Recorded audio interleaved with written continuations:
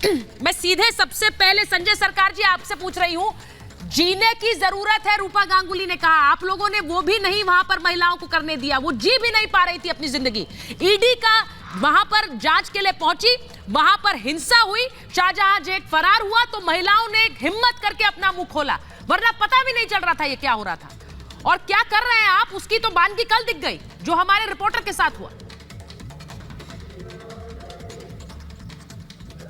उल्टा चोर कोतवाल को डांटे। रूपा गांगुली खुद ही बच्चे चोरी केस में जलपाईगुड़ी में खुद ही शामिल थे और उसको जो साथी तो करप्ट से अगर बात करेंगे, अगर वो मेरे को ज्ञान देंगे, हम उसको ज्ञान सुनने पड़ेंगे, ये सही बात नहीं है। नंबर 2, शाहजहां शेख को साथ में देखिए किसको तस्वीर है, शुभेंदु अधिकारी को तस्वीर है, तो गौर से थोड़ा कैमरामैन को बोलिए अच्छा सा दिखाने के लिए बोलिए, ठीक है। और आपने जो बोला है वहाँ पर महिला को जो अत्याचार हुआ है, सुनिए मेरी बात, शाहजहां शेख को ऐसे डिफेंड करेंगे कि उनकी पार्टी, उनकी तस्वीर है शुभेंदु अधिकारी के साथ, हम बोल रहे हैं। और सुनिए, महिला आयोग जो आई थी कलकत्ता में पहले, उसको थोड़ा रिकॉर्ड सुना रहे हैं। शाहजहां शेख कहाँ है संजय सरकार जी, शाहजहां शेख कहाँ है, शाहजहां शेख कहाँ है, शाहजहां शेख कहाँ है, कहाँ है शाहजहां शेख? महिला आयोग बोल रहे हैं, महिला आयोग को बात सुने आपने, महिला आयोग को बात दोबारा से सुना तो नहीं सुने तो। शाहजहां शेख कहाँ है संजय सरकार जी, मेरा सवाल है शाहजहां शेख कहाँ है? हाईकोर्ट ने भी यही पूछा आज आपसे, शाहजहां शेख कहाँ है? महिला आयोग बोला ऐसे कुछ घटना घटा नहीं है, और शाहजहां से कहाँ है, पुलिस भी जैसे ढूंढ रहा है, ईडी को भी कार्रवाई करना है, ईडी को भी ढूंढना करेंगे। नहीं, एक मिनट, जरूर अरेस्ट, 2 आदमी ऑलरेडी अरेस्ट हो चुके हैं। ह्यूमन राइट्स, सबसे बड़े मानवाधिकार आयोग, कोलकाता हाई कोर्ट, सब आपको फटकार लगा रहा है और आप यहाँ बैठकर बोल रहे हैं कि इन पर अपने आरोप लगे हैं, इनके कोई मायने नहीं आपके लिए संजय सरकार जी। कहाँ है शाहजहां शेख? फिर से पूछ रही हूँ।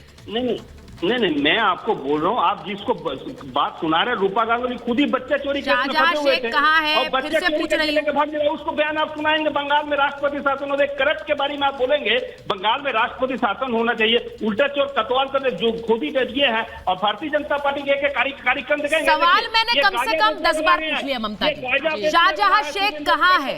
सवाल ये है, शुभेंदु अधिकारी की तस्वीरें दिखा दीजिए, ममता बनर्जी की भी ले आते आप साथ में, उनकी भी तस्वीरें होंगी, आप सारी निकाल लीजिए। मेरा सवाल यह है कि अगर आपकी राज्य की सरकार और पुलिस एक ऐसे व्यक्ति को नहीं पकड़ पा रही जो पहले ईडी की टीम पर हिंसात्मक हमला करवाता है, फिर गायब हो जाता है, उसके खिलाफ महिलाओं की कंप्लेन आती है, लेकिन आप उसे पकड़ नहीं पा रहे हैं, तो फिर आपको अपने गिरेबान में झांकना है संजय जी। ममता जी, मैं गलत कह रही हूं? नहीं, बिल्कुल आप सही कह रही हैं सुचरिता जी।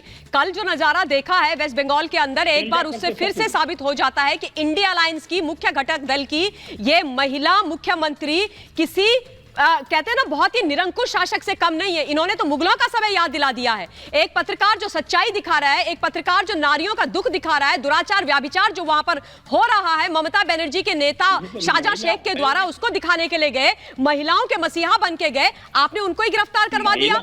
जिसको पकड़ना चाहिए था, नहीं सुनिए मेरे बड़े भाई, जिसको पकड़ना चाहिए था, जिसको गिरफ्तार करना चाहिए था, वो फरारी काट रहा है। और बाय द वे वो फरारी खुद से नहीं काट रहा है, वो टीएमसी के द्वारा ही छुपाया गया है। बताइए कि वो कहां है? Point number 1। पॉइंट नंबर 2, आप बोलते हो कि हमने 17 लोगों को गिरफ्तार कर लिया। अरे वो 17 लोगों का कोई लेना देना नहीं है। पहले आप बताइए कि शाहजहां शेख को गिरफ्तार क्यों नहीं किया, और कल जो पत्रकार आपने पकड़ा रिपब्लिक बांग्ला का, उसको क्यों पकड़ा, उस पर इतने खतरनाक चार्जेस आपने क्यों लगाए? ये बांग्ला जो वेस्ट बंगाल है, ये भारत की पावन भूमि है सर, वहां पर भी भारत का कानून चलता है। विचारों की अभिव्यक्ति की स्वतंत्रता पर आप बेड़ियां नहीं डाल सकते। अलग ही देश बना रही है, अलग ही देश बना रही है ममता जी। मेरा सवाल यही है, किसी भी जगह जाने के लिए भारती जी क्या पूछना पड़ेगा, क्या कोर्ट की इजाजत लेनी पड़ेगी? ये हिंदुस्तान है, ये भारत है, यहाँ कोई भी कहीं भी जा सकता है।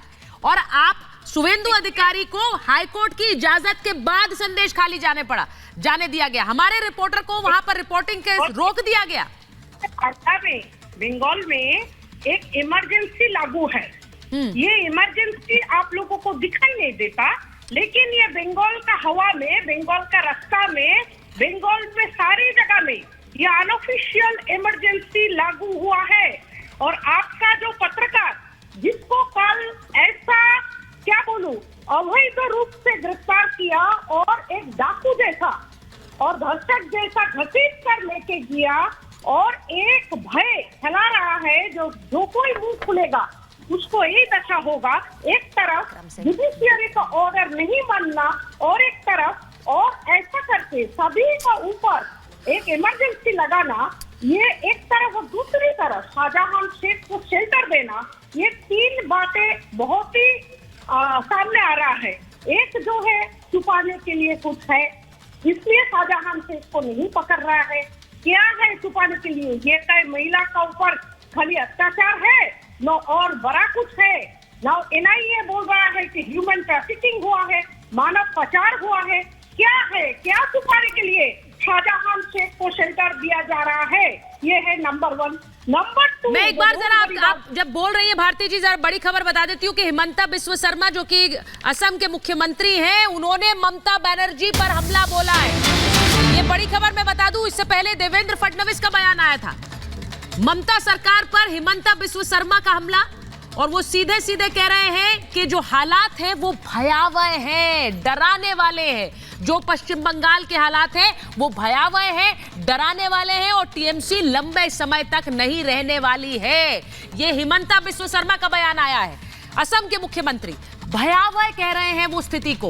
एक ऐसी जगह बना दी पश्चिम बंगाल को जहां पर जाने के लिए इजाजत चाहिए। अगर ममता सरकार प्रशासन नहीं चाहता कि आप जाएं तो आप नहीं जा सकते हैं, फिर आपको कोर्ट का दरवाजा खटखटाना पड़ेगा, कोर्ट इजाजत देगा, फिर भी रोड़े अटकाए जाएंगे। यही हुआ शुभेंदु अधिकारी के साथ। मैं इसी की बात कर रही हूं। मैं एक बार डीजीपी विक्रम सिंह के पास जा रही हूं। डीजीपी सर, जरा आपसे पूछ रही हूं, ये कौन सी पुलिस है जो किसी को भी रोक देगी, और वो भी हाईकोर्ट के ऑर्डर के बाद भी कि शुभेंदु अधिकारी जा सकते हैं, फिर भी रोक रही है?